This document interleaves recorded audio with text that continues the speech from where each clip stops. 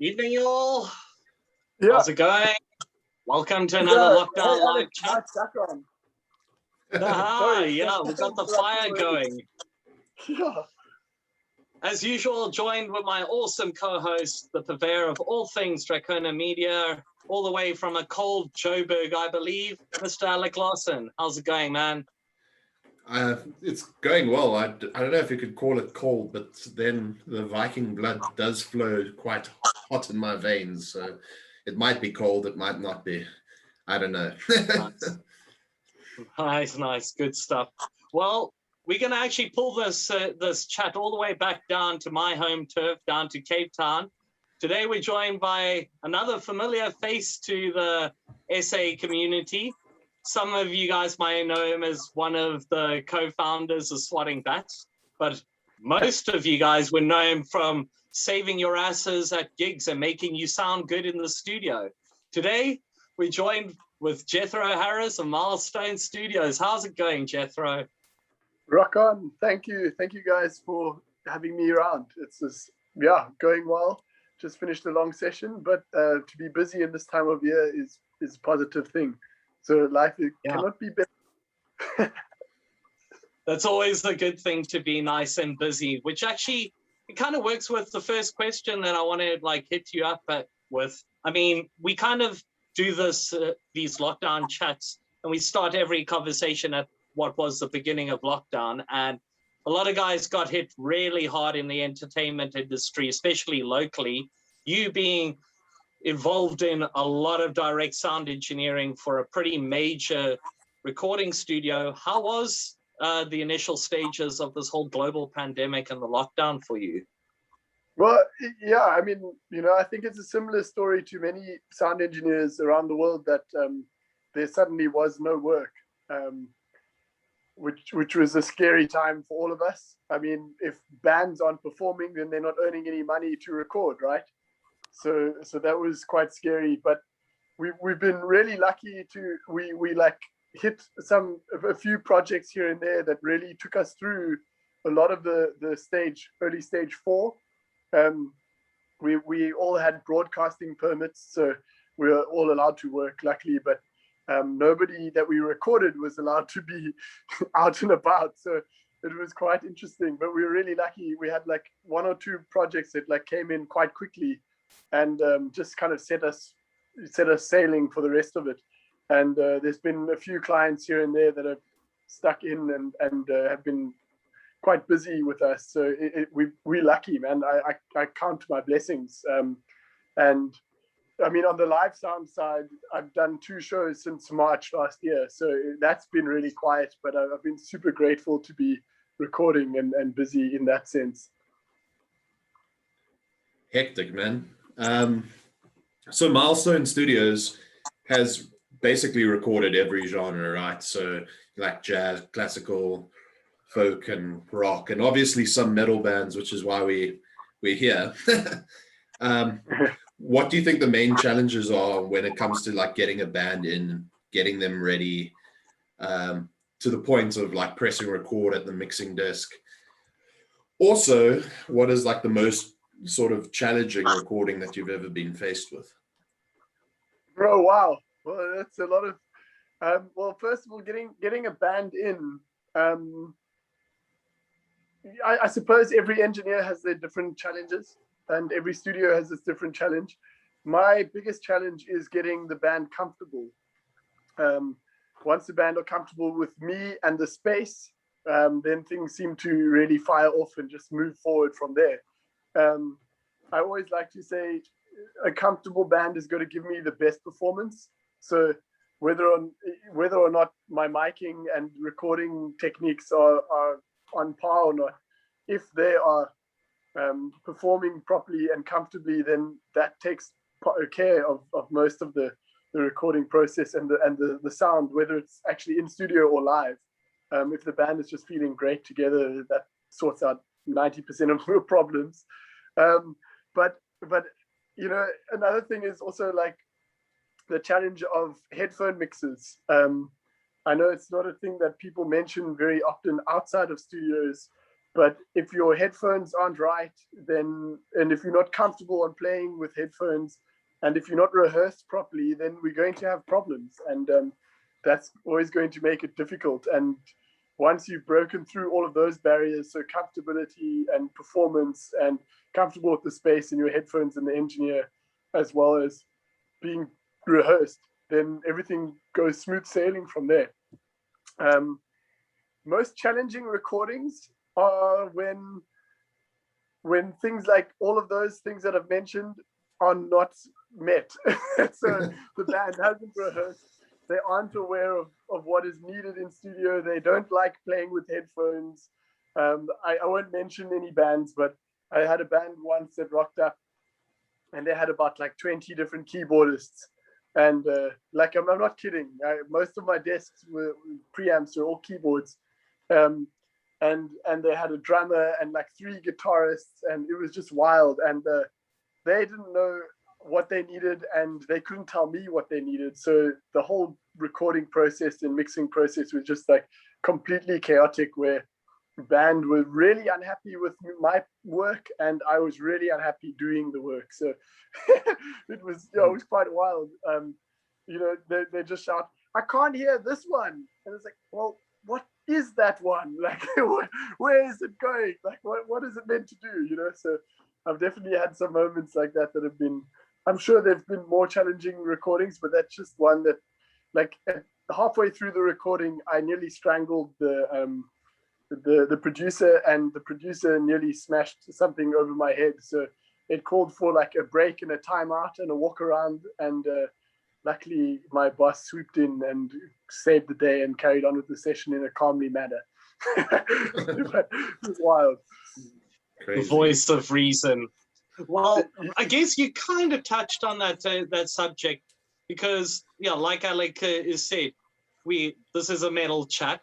A lot of the metal bands here in South Africa have not actually really stepped into a proper studio in terms of proper analog recording, usually from top to bottom. So I guess kind of a bit of a general question for you. Like, if you had like a band that wanted to come in and record like a 3 or 4 track EP, is there any like words of advice that you would probably give them in like a consultation beforehand, like how to go into this, what to do?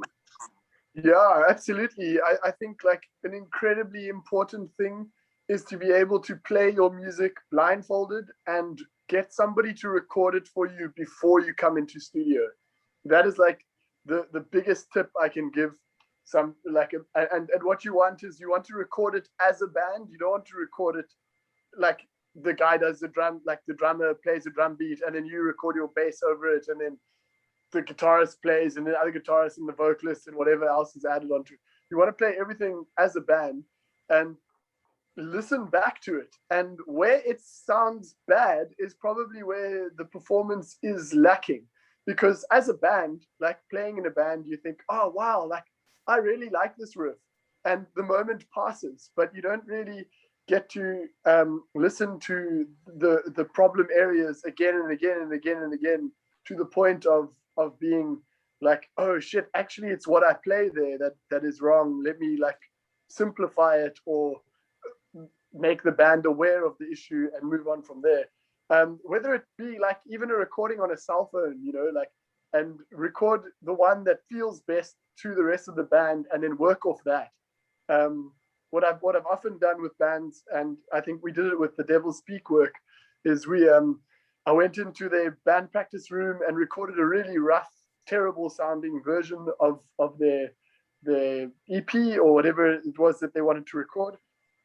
And what we did then is we tracked whatever felt like the best takes of their, like as a band, what they felt like was their best take. We went in and I ran a metronome throughout the song, so changing for every different part of the song. So the chorus would be a different speed to the verse, and maybe the verse at the end would be different speed to the verse at the beginning, and so on and so forth. And then what we did was we all rehearsed. Well, I got the band to rehearse to that metronome, and they rehearsed for about 6 months, and then came into the studio and laid down everything, like perfectly.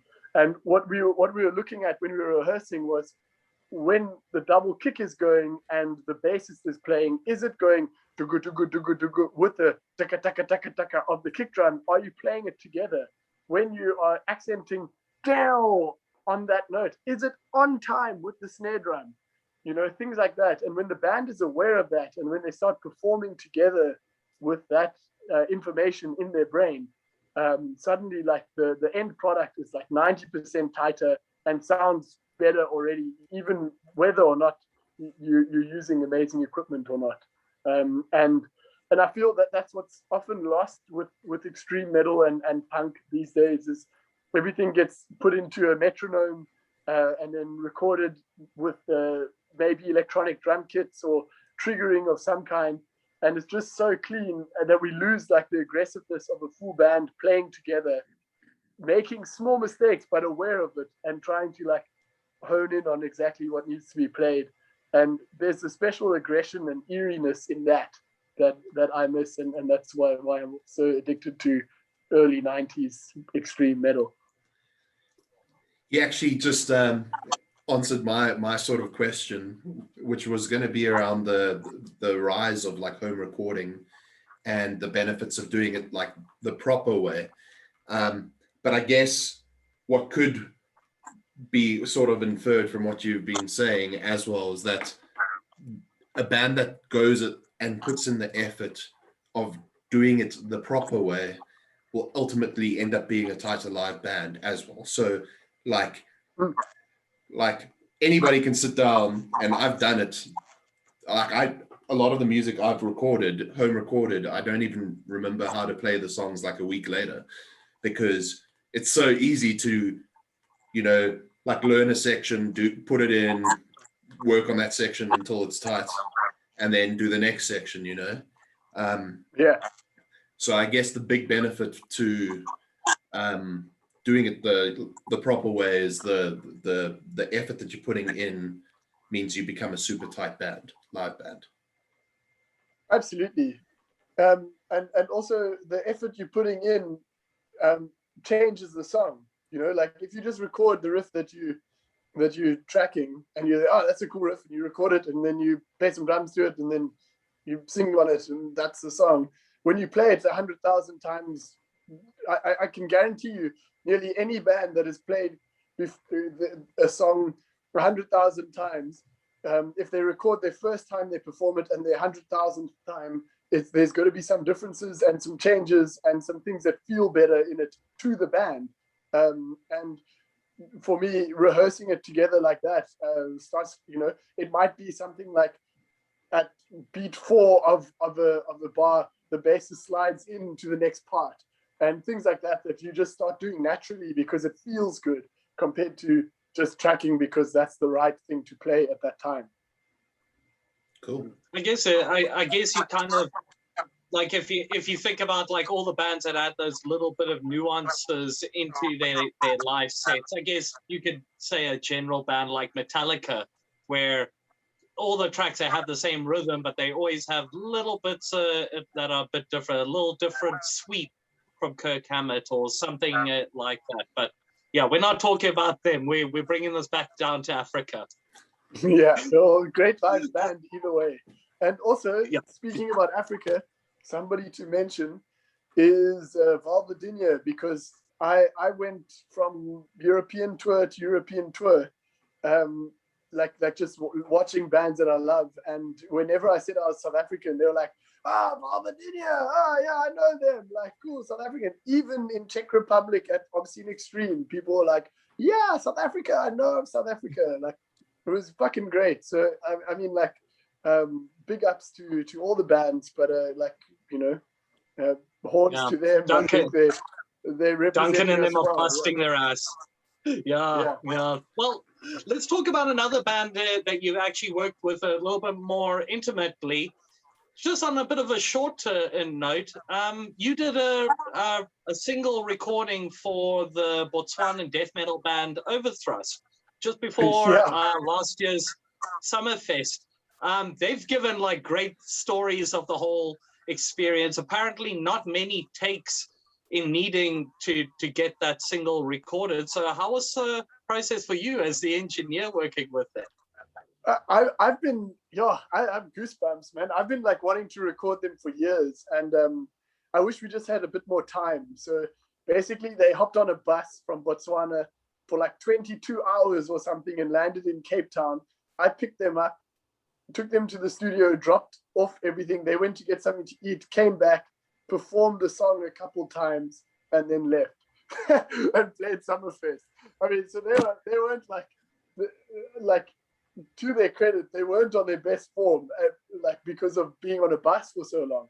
But they arrived with like all the energy they could muster, and so for me it was like, am I going to capture a technically correct song, or am I going to capture the energy of these guys coming from another country on a bus, wearing full leather and spikes on the bus, like arriving with as much gear as they could possibly manage to bring, and just deliver passionately. So it was like, I really had to choose between the two, and I went for the passionate sort of recording side because it was a passion project for me as well.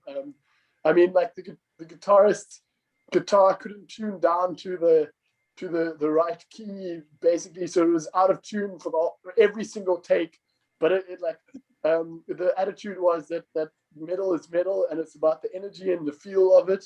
And who knows, somebody might be trying to replicate that tuning somewhere else in the next album they're recording around the world. I don't know. So I had a blast. They're amazing guys, and I was booked to mix them at Summerfest, and sadly I wasn't available to do it. It was pro bono work, so I had to let it go. But I deeply regret letting that go. I would have loved to have been there with them, and great band, amazing people. Like they pushed until like 11 o'clock at night, and we started at around 6:30. So it was what I wish I just had the weekend with them. We could have done a lot more. They have been actually booked to, I don't know if this is illegal information to leak, so just blame it on somebody else, but they have actually booked a week with us at Milestone. It's just that they were meant to record it in 2020 July, and obviously that couldn't happen. But we are holding the booking, and when borders open up, we hope to run it again. Yeah, oh yeah. Well, I'm sure Vulture and there will be more than because then hopefully a couple of gigs pop up for them also. So let's see. Yeah. We had Devil Speak, Peasant, and Overthrust were going to play at Mercury as a lineup, and I was booked. All three bands booked me to mix them, and I was like so excited. Anyway, I await the day and when a venue opens up in Cape Town to do something like that again. Sick. So lots of sound engineering comes down to like numbers and maths and compressions and frequencies and all that technical stuff. But it's also a lot of feeling, right? So like a lot of your ears tuning into the acoustics of your environment. So you've been at Milestone for a while. How do you feel like your experience has changed since starting? Definitely my experience has changed in the sense that I came from like the home recording background. In a sense, I'd been recording for a good 12 years or so before I got to Milestone. 12 years feels a bit much. 10 years maybe. Anyway, we can discount like 6 years of it as being like terrible recordings that aren't worth anything.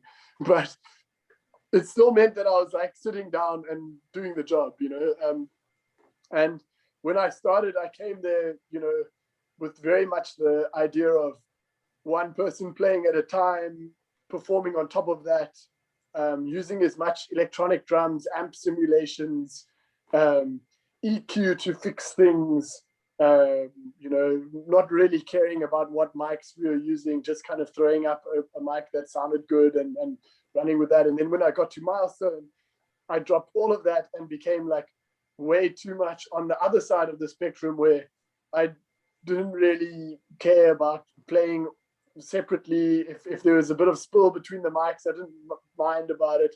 I really got into using each microphone for its thing and not using any compression or EQ to fix any problems. My attitude was, if you have to EQ something to get rid of a problem, then you made a mistake during the recording.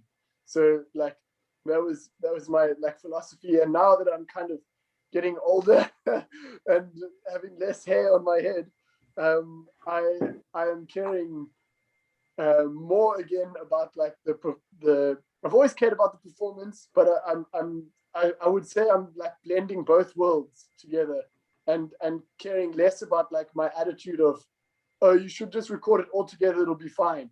Now I'm kind of like, oh, will you perform better if you perform the drums on your own? Or if you know, if that's true, then I'm going to go down that route.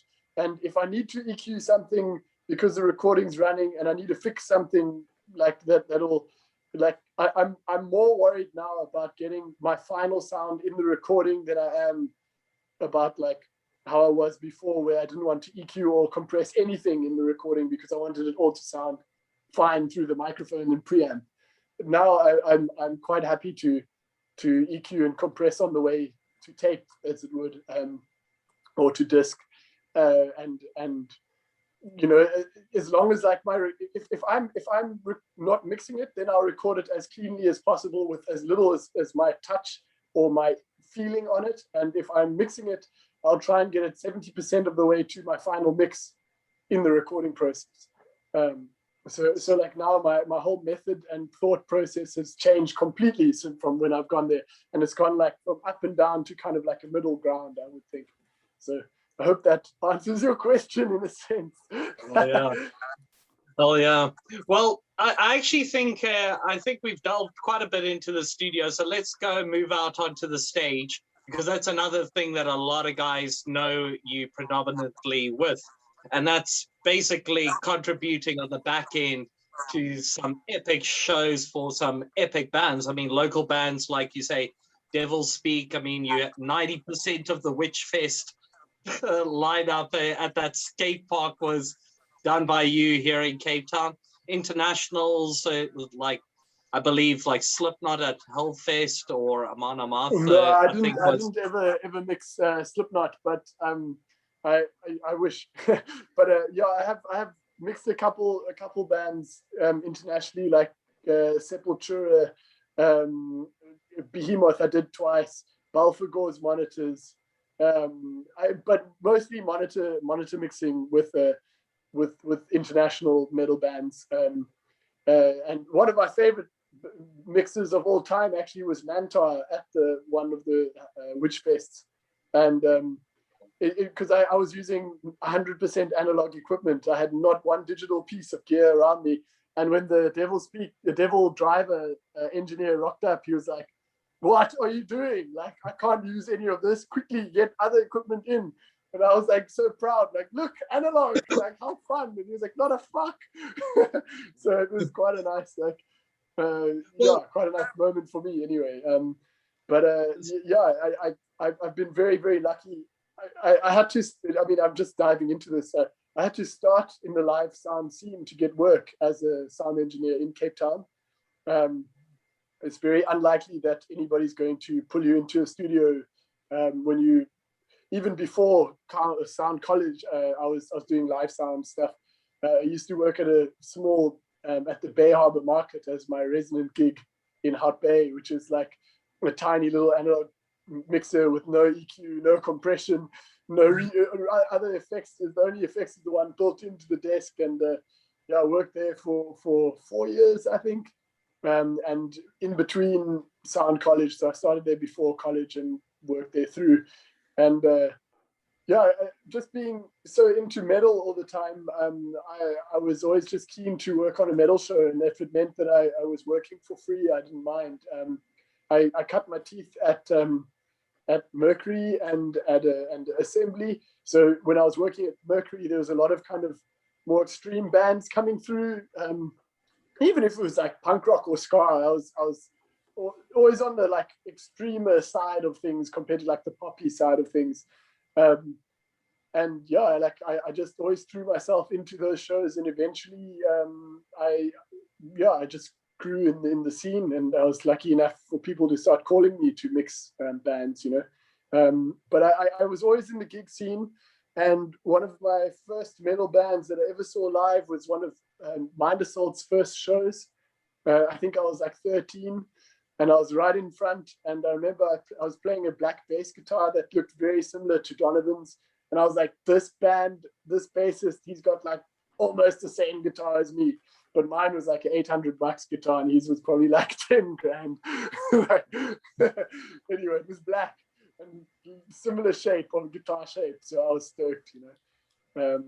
And Mind Assault were always good to me, and I think that's where my connection with Winterfest and Summerfest comes into it with Patrick.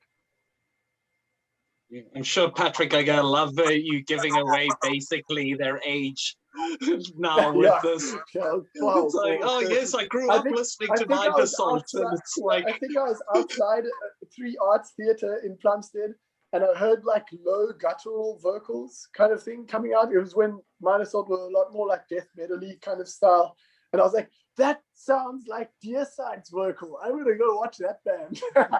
So I was hooked ever since, you know. Sick. I think we're gonna like sort of wrap it up. Is there anything that you want to plug? Any projects that you're working on? Anything you can tell us? Anything that you want to just like push to the public's mind?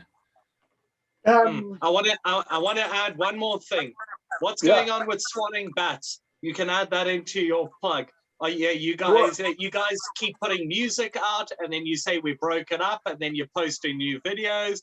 I know it's a punk rock thing, but are you taking the piss? What's going on here, Jethro? Yeah, we taking a piss on the man and the system. Yeah, Swatting Bats is well, we played our last show in January 2020 because of our vocalist moving to the UK, and with all of this COVID shit happening, there was no ways we are going to play a show in the near future. So we kind of like called it a day as our performances wise, but very much as a band. Look, we're 4 best friends that love playing music together, so we're not dropping each other anytime soon. We decided to put our music up on social media and all the platforms. So our album that we released during our last show in January 2020, called Swatting Bats, self-titled. So check it out. It's on like YouTube and all of those things, and Apple Music and Spotify and Keezer and whatever.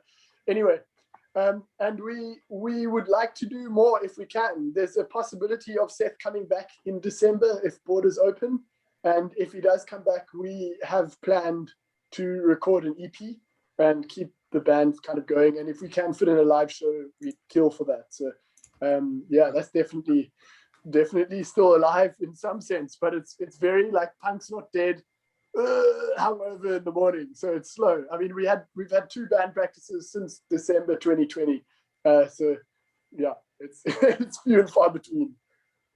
Well, at least there's some good news on the horizon, and actually I couldn't think of a better way to end this before we start getting into economics of studio time. So Alec, what do you say? Are we done for a week? I'm happy.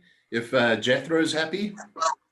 Yeah, I'm happy, you guys. Like, thank you so much for having me part of this, and I really love what you guys are doing, and you're pushing forward the scene. And the biggest tip I can give the public out there is, especially now, if a band is performing, fucking pay for it and go watch it, because everybody will pay for the Jack Snyder Justice League thing, like $40 to rent it, but you won't pay $40 to go watch 3 bands who have been practicing the instruments for the last 15 years to give you the best show. And right now the scene needs to spike up, and we all need to go out there, and whether or not we like the band, go watch it, because it's good to be around people. It's good for our souls. And fucking hell, it's good for a lot of people's work, and it's so good for the performers. And why not be creative and bring joy into this world that's had a lot of misery in the last couple of months? So let's change it up. Let's support each other. If you know somebody that can do a job, hire that person before looking for another person. Support each other, support everybody's companies, and be cool. And that's it for me. Man, I couldn't think of a better way to end this chat. So yeah, again, Jethro, thank you so much for taking time out of your busy schedule. Alec, thanks again, man. Guys, we'll be back same time, same place on the interweb next week. Don't forget to like, share, and subscribe, because that actually helps us. And yeah, keep safe, keep that social distancing, but yeah, keep supporting the metal. We need that. Shut, Keep guys. See you all next week. Close and the social distancing far apart. Sorry, guys. Have a good one. Support MMD, because they're like MMD's trance scene. I've been going to MMD parties since I was like also very, very young, and the whole new black scene is amazing. So thank you for doing it, and thanks for being part of the music scene and performance scene in Cape Town for so long. We all appreciate it. Sure, dude, appreciate it. I'm sure we lost all of our viewers saying that word psytrance, but you know, we'll keep it going. People know. Awesome, guys. Have a wicked week. There was heavy metal guitar and psytrance. Okay, I'm out. Oh, thanks, guys. Cheers. Thank you.